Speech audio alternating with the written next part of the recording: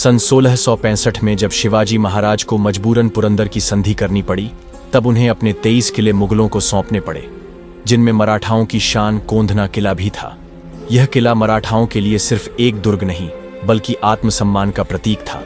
लेकिन शिवाजी महाराज संधि से खुश नहीं थे, और जब वे औरंगजेब की कैद से बचकर स्वराज्य लौटे, तब उन्होंने मराठा साम्राज्य को फिर से मजबूत करने की शपथ ली।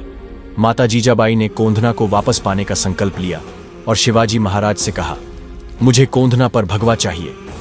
शिवाजी महाराज स्वयं इस युद्ध का नेतृत्व करना चाहते थे, लेकिन जैसे ही यह समाचार रायगढ़ पहुंचा, तब तानाजी मालुसरे, जो अपने पुत्र की शादी की तैयारियों में व्यस्त थे, तुरंत उठ खड़े हुए और गर्जना करते हुए बोले, महाराज, मेरे रहते आपको युद्ध पर जाने की आवश्यकता नहीं। कोंधना पर भगवा लहराने का सौभाग्य मुझे दीजिए। शिवाजी महाराज जानते थे कि यह युद्ध अत्यंत कठिन होगा, लेकिन तानाजी मुस्कुराए और बोले, तो इस युद्ध के लिए सिंह को भेजिए महाराज। रात्रि के अंधेरे में 300 मराठा सैनिकों ने कोंधना की ओर कूच किया। किले पर 1500 मुगल सैनिकों की कड़ी निगरानी थी। मुख्य द्वार से प्रवेश असंभव था, लेकिन तानाजी ने 700 मीटर ऊंची खड़ी चट्टान से चढ़ने का साहसिक मार्ग चुना। पर इस बार उनका साथ देने आया था एक अनोखा साथी, एक छिपकली। हाँ, एक छिपकली, लेकिन कोई साधारण नहीं। गोह प्रजाति की वो वीर छिपकली थी जिसका नाम था यशवंती।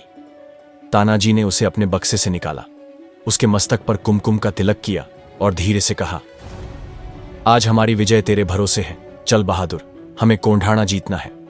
उन्होंने यशवंती को किले की दीवार की ओर उछाल दिया, पर पहली बार में वो फिसल गई। दूसरी बार भी दीवार ने उसे अस्वीकार कर दिया। तानाजी के भाई सूर्याजी और शैला मामा ने इसे अपशकुन माना, पर तानाजी रुके नहीं। उनकी आंखों में एक अलग ही आग थी।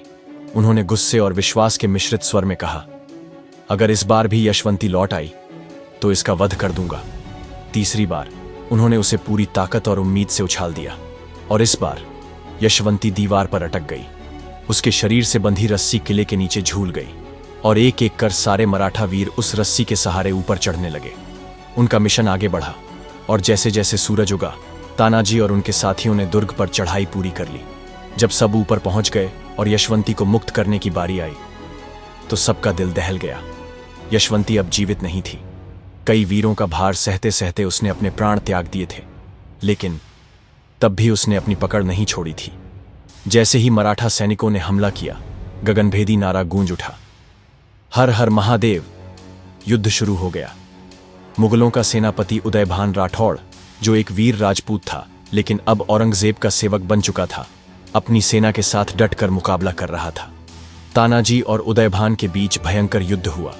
तलवारें टकराईं, चिंगारियां उड़ीं, लेकिन तभी तानाजी की ढाल टूट गई। बिना रुके उन्होंने अपनी बांह को ही ढाल बना लिया और युद्ध जारी रखा।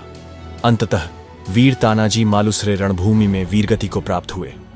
जब मराठा सैनिकों ने तानाजी को गिरते देखा, उनका मनोबल टूटने लगा। लेकिन तभी उनके भाई सूर्याजी मालुसरे ने गरजते हुए कहा, हम पीछे हट गए तो शिवाजी महाराज को क्या जवाब देंगे। हमारा सेनापति वीरगति को प्राप्त हुआ, अब हमें उसका सपना पूरा करना है। यह सुनते ही मराठा सैनिकों ने और जोश के साथ हमला किया और मुगल सेना को तहस नहस कर दिया। देखते ही देखते कोंधना किला जीत लिया गया और भगवा ध्वज लहरा उठा।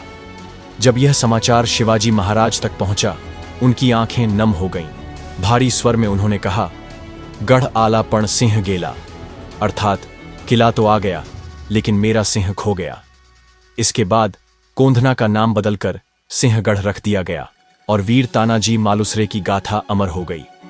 शत शत नमन उस महावीर को जिसने अपने प्राणों की आहुति देकर स्वराज्य को मजबूत किया। जय भवानी, जय शिवाजी, जय मराठा। चैनल को सब्सक्राइब जरूर करें।